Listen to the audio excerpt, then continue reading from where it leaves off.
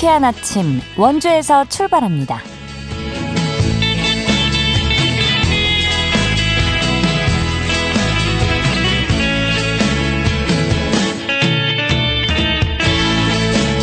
여러분 안녕하십니까? 12월 12일 목요일 KBS 원주방송국에서 보내드리는 상쾌한 아침 원주에서 출발합니다. 저는 진행의 이은주입니다.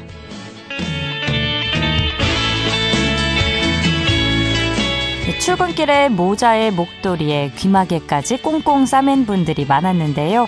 그래도 입김이 나오는 영하권의 강추위가 느껴졌습니다. 오늘 아침 최저기온 영하 6도에서 영하 3도로 출발했는데요. 한낮에는 6도 안팎을 보이면서 기온 어제와 비슷하겠습니다. 우리 지역 오늘 하늘에는 구름만 많겠는데요. 해안가에는 오전까지 물결이 높게 일겠고 오늘 너울이 유입되겠습니다. 각종 안전사고에 각별히 주의해 주시기 바랍니다.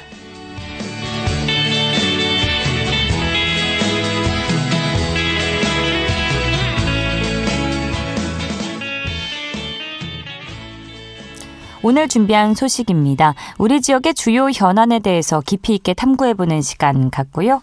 원주예술단이 지역예술인과 생활예술인이 어우러지는 공연을 개최합니다. 관련 내용 리포터 현장에서 만나봅니다. 얼마 전 강원특별자치도 교육청의 제안으로 학교 안전법이 국회를 통과했는데요. 관련 이야기 끝으로 나눠보도록 하죠. 12월 12일 목요일 상쾌한 아침 원주에서 출발합니다.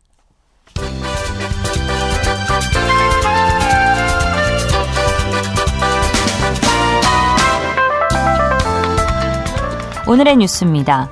연세대학교 원주의과대학 교수 백인일동이 지난 10일 성명서를 통해 윤석열 대통령의 즉각적인 탄핵과 함께 의료 개학을 즉각 중단하고 정상화해야 한다고 촉구했습니다. 교수들은 포고령에서 전공의를 포함한 의료인들에게 복귀 명령을 강압적으로 강요하고 이를 따르지 않을 경우 처단하겠다는 조치는 결코 정당화될 수 없다며 이는 의료계를 범죄자로 간주하고 억압하려는 무도한 행위로 의료인들을 탄압하는 반인도적 폭력이라고 지적했습니다.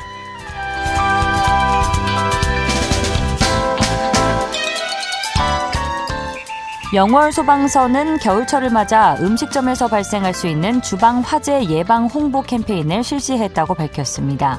이번 캠페인에서는 주방에서 발생하는 식용유 화재의 효과적인 K급 소화기 비치와 사용법 숙지, 조리기구 주변에 가연성 물질 두지 않기와 후드와 덕트에 쌓인 기름때 정기적인 청소 필수 등을 안내했습니다. 전국철도 노동조합이 어제 한국철도공사와 임금단체협약에 합의하면서 오늘부터 모든 열차 운행이 정상적으로 이뤄졌습니다. 노사는 기본급 2.5% 인상과 4조 2교대 승인, 외주인력 감축 등에 대해 잠정 합의했다며 어제 오후 7시부터 총파업을 철회했다고 밝혔습니다. 이에 따라 최대 50% 감축 운행됐던 ITX 청춘을 비롯한 모든 열차가 오늘 첫 차부터 정상 운행됐습니다. 오늘의 뉴스였습니다.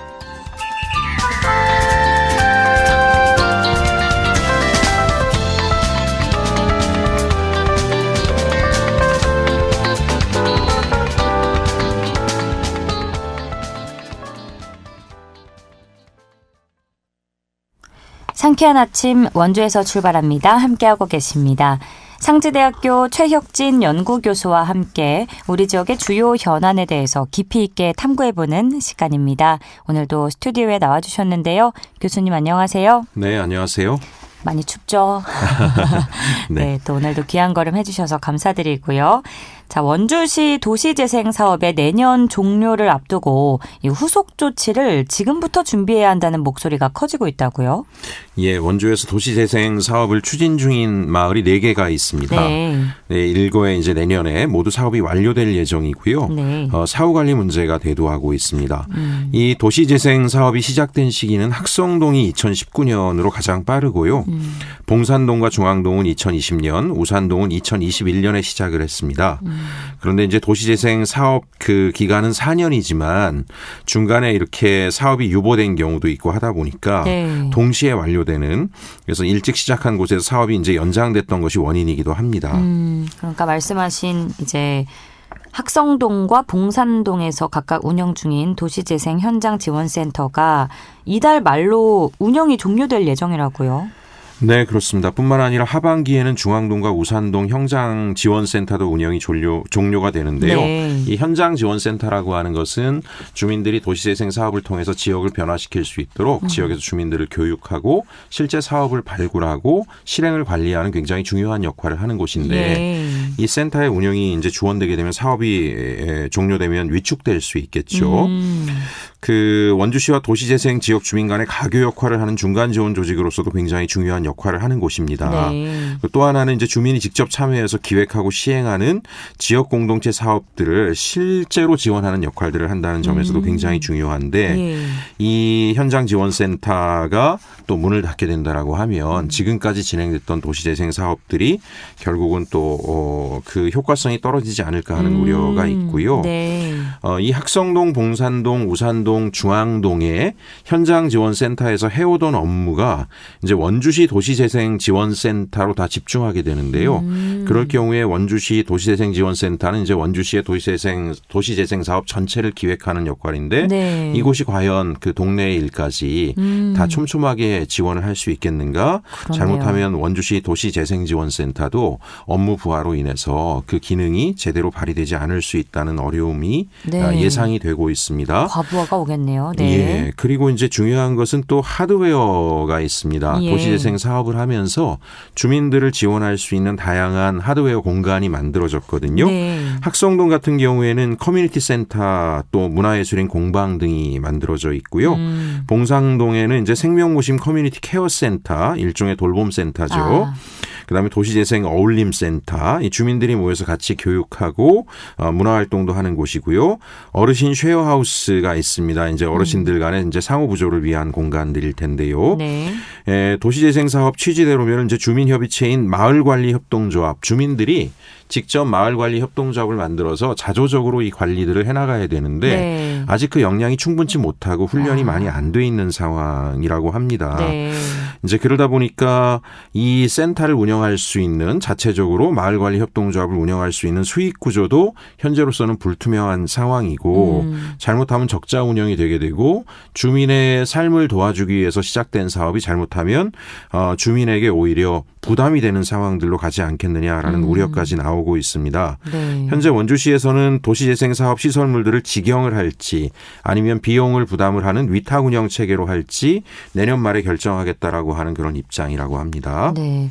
내년 상반기에 사업이 완료되는 학성동과 봉산동에서 각각 운영 중인 도시재생 현장 지원센터 관련해서 살펴봤고 이 도시재생 사업 완료 지역의 사후 관리를 위한 원주시 도시재생 사업 사후 관리 조례가 지난달에 제정됐다고요? 예, 이 조례는 이제 사업이 완료가 되는 지역에서 사업 효과를 지속적으로 확장하기 위해서 원주시가 구체적인 정책을 좀 수립하고 시행하고 필요한 재원들을 확충하고 그것들을 현장에 투입하도록 하는 내용들을 좀 명시하고 있는데요. 뭐 구체적으로 보면 사업 완료 후 1년 이내에 완료 이후 또 중장기 목표 성과, 도시 쇠퇴 방지 대책, 마을 공동체 활성화 운영 계획 뭐 이런 것들의 내용들을 좀 담고 있다라고 합니다. 또 이제 원주시는 이 조례와 별개로 구체적인 사후관리 지원 방안을 담은 조례를 조만간 추가적으로 제정하겠다라고 하는데요. 여기서 이제 우리가 좀 눈여겨봐야 될 것이 좀 있습니다. 왜 상황이 이렇게 됐는가? 4년간의 지원 체계가 어차피 정부의 지원은 한시적이었는데 미리 이런 것들을 좀 체계적으로 준비하지 못했는가라는 부분들에 대해서 좀 들여다볼 필요가 있는데요. 저는 이 원주시가 도시재생 사업을 깊이 있게 이해하지 못한 것이 1차적인 원인이라고 생각을 합니다. 우리가 구도심 또는 낙후 지역 개발을 하는 데 있어서 천편일률적으로 아파트 중심 뭐 큰 개발을 하게 되면 그 마을에 살고 있는 주민들은 대부분 마을을 떠나야 되는 상황들이 생겨납니다. 집값이 많이 상승하겠죠. 상권도 무리하게 개발하게 되면 실제 거기서 상권에서 장사를 하던 분들은 그 지역에서 유지하기 어려운 그런 문제가 있습니다. 그래서 거주민의 주거 불안정을 야기하고 또 향후 미분양, 잘못하면 너무 큰 개발들을 하다 보면 미분양 사태로 인해서 경제적 손실이 발생할 수도 있고요. 한편으로 원주 같은 정도의 중간 규모의 도시에 여기저기 상권이 난립하게 되면 한편으로는 전체 상권이 또 어려워지는 그런 문제도 발생할 수가 있어요. 그래서 이제 구도심이나 낙후 지역을 그곳에 살고 있는 사람들을 중심에 좀 두고 그 마을의 특성에 맞게 개발을 통해서 그 마을에 새로운 활력을 만들어 보자라는 게 도시재생 사업의 취지였는데요. 그러다 보니까 이제 도시재생 사업은 네. 다부처 합동 사업이었습니다. 국토부와 국가균형위원회가 중심에 서긴 하지만 네. 지방정부가 지자체의 도시개발계획 목표안에 이 내용들을 반영해야 되기 때문에 행정안전부도 같이 하고요. 주민들의 편의를 위해서는 문화체육 인프라가 있어야 되잖아요. 네. 그래서 문화체육부도 같이 하고 또 그 지역의 소상공인들의 어려움들의 문제를 해결하기 위해서 또 상권을 특색 있게 변화시키기 위해서 중소벤처기업부도 같이 참여하는 다부처 사업이었고요. 네. 중요하게는 그 주민 중심이라는 것, 그곳에 살고 있는 사람들이 네. 어떤 욕구와 필요를 가지고 있는지 또는 자기 마을을 잘 모를 수도 있잖아요. 그렇죠. 그럼 지속적인 교육의 과정을 통해서 우리 마을이 이렇게 변화되면 정말 좋아지겠구나 이런 것들의 공감대가 형성이 되면 네. 그 내용을 주민들의 욕구와 공감하는 부분들을 시의 정책 안에 적극적으로 반영하도록 하는 것이 목표였습니다. 그러니까 도시재생 사업이 마을마다 따로따로 가서는 성공하기가 어렵고요. 네. 마을에서 주민의 목소리를 기반으로 한 마을의 변화 계획이 나오면 그 계획이 원주시의 전체의 도시개발 계획 안에 포함이 돼야 되겠죠. 그렇네요. 그래서 일관돼야 되는데 예를 들면 이럴 수 있잖아요. 도시재생으로 한 5년을 지원했어요. 그래서 네. 주민들이 마을 살려보겠다라고 했는데 갑자기 시에서 종합개발 계획을 해가지고 그런 것들이 원천무효가 되면 예산은 예산대로 낭비가 될 수 있지 않겠습니까?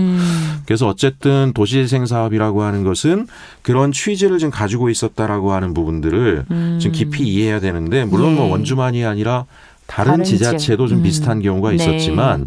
도시재생 한다 그러니까 이제 문화예술 프로그램 좀 매일 진행하고 또 약간의 커뮤니티 센터 같은 거 한두 개 지어놓고 네. 또 마을길에 뭐 벽화 그리고 뭐 이러고 도시재생이 끝났다라고 하게 되는데 그거는 주민 참여로 기본으로 하는 일이고 말씀드린 것처럼 예를 들면 봉산동에 대한 도시개발 계획이라고 하면 네. 봉산동의 미래 20년을 어떻게 만들겠다. 원주시는 중장기적으로 시는 이런 부분을 책임지겠다. 중앙정부의 지원 사업을 통해서는 이런 인프라를 구축하겠다. 네. 마을관리협동조합이 만들어지면 그분들이 마을을 전체적으로 자조관리하는 거잖아요. 네. 이분들의 역량 증대를 위해서는 어떠한 교육과정과 전문성을 높여주는 프로그램을 하겠다. 네. 또 전문성이 부족하면은 전문가 그룹을 일자리를 통해서 마을에 결합시켜주겠다라든가 뭐 이런 기획들이 같이 이루어져야 되는데 네. 중앙부처에서 내려오는 예산 범위 안에서의 사업들만 진행하다 보면 이런 난감한 상황에 처하게 되는 일들이 발생하고 있습니다.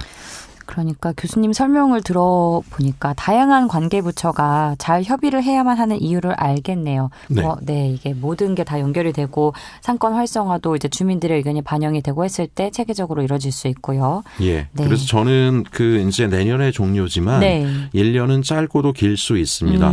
지금 두 가지를 시급하게 해야 된다라고 생각을 하는데요. 네. 1차적으로 그동안 4년 동안 진행하면서 주민들의 목소리가 모아져 있지 않겠습니까? 예. 우리 마을을 이렇게 변화시키고 싶다라고 하는 것, 또 전문가들이 지역을 진단하고 이 지역의 변화 발전을 위해서 조언한 기획이 있을 거예요.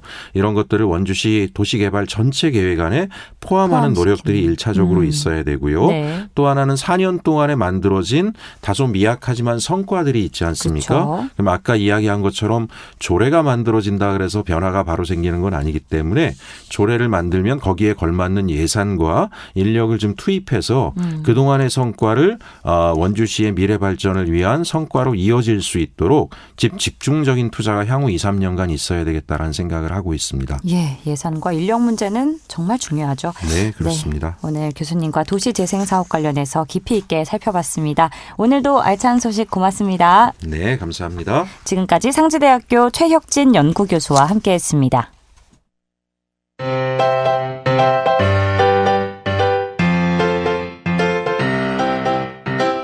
KBS 원주방송국이 유튜브 다시 듣기 서비스를 실시합니다.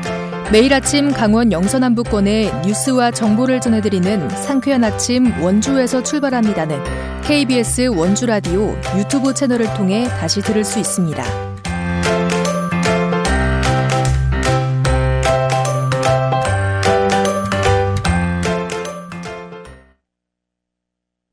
함께하고 계신 시각 8시 46분 지나고 있습니다. 원주예술단이 오는 19일 목요일에 북원노인종합사회복지관에서 어르신들을 위한 으라차차 청춘 공연을 선보이는데요.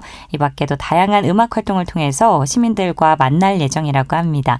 자세한 내용 리포터 현장에서 알아보죠. 추인의 리포터 함께합니다. 어서 오세요. 네, 안녕하세요. 네, 원주예술단이 지역에서 다양한 음악 활동을 하는 곳이라고요. 먼저 어떤 단체인지 소개해 주실까요? 네, 원주예술단은 5년 전에 음악을 사랑하는 지역 예술인들이 모여서 만들어진 곳인데요. 네. 시민들을 위한 버스킹부터 다양한 공연 활동을 진행하는 단체입니다.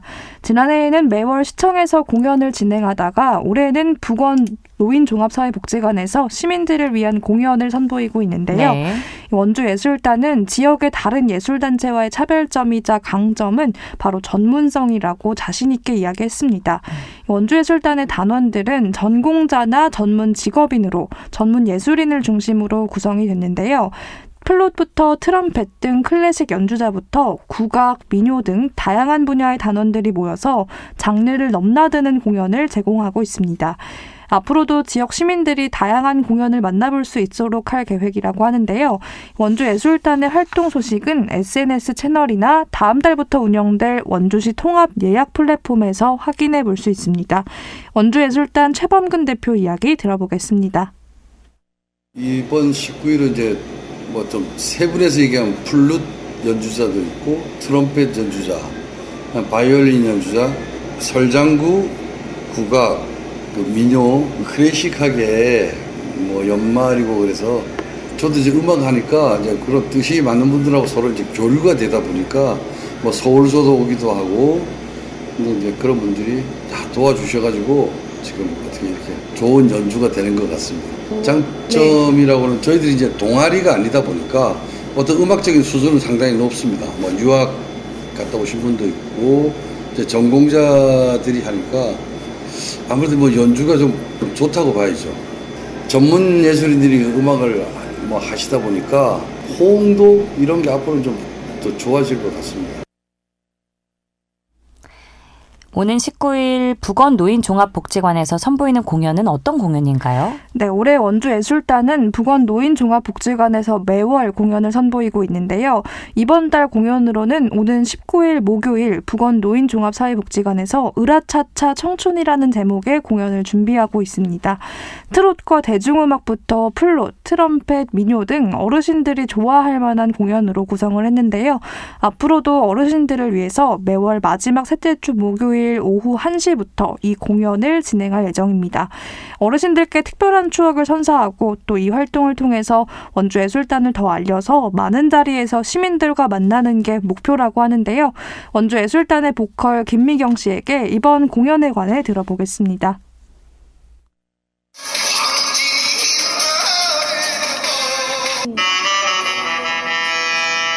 저는 보컬이에요. 저희는 버스킹 이런 것도 하고 그다음에 뭐 지역 조그마한 행사 같은 거 이런 걸 하는데 원주예술단이 5년 정도 됐는데 저희가 처음이에요. 원주에서 이런 걸 하는 거는. 그래서 저희 단장님이 이런 걸 발판을 많이 해서 이런 단체들이 저희 말고도 많이 생겨났어요. 거기는 어쨌든 그런 것들 프로그램이 많은데 체계적으로 하다 보니까 그 사람들이 기다리기도 하고 너무 좋죠. 저는 아무래도 나이 위주로 하다 보니까 대중적인 노래를 하죠. 트로트도 하고 뭐. 원주예술단 앞으로 활동 계획도 알려주시죠. 네, 앞으로도 매월 셋째 주 목요일 북원 노인종합사회복지관에서 어르신들을 위한 공연을 선보일 계획이고요. 내년 겨울에는 연탄은행 모금 공연을 구상 중이라고 합니다. 올해 지역의 연탄은행 기부와 참여가 좀 저조했는데 네. 내년에는 밥상공동체 종합사회복지관과 협업으로 공연을 선보이고 연탄 기부 모금을 받는 연탄 공연을 구상 중이라고 합니다. 또 이 밖에도 앞으로도 지역에서 다양한 공연과 버스킹을 통해서 시민들과 만날 예정이라고 합니다. 그렇군요. 앞으로도 원주예술단의 활발한 활동을 통해서 시민들이 음악을 즐길 기회가 많아지기를 기대해 보겠습니다. 오늘도 알찬 소식 고맙습니다. 추인의 리포터였습니다. 네, 감사합니다.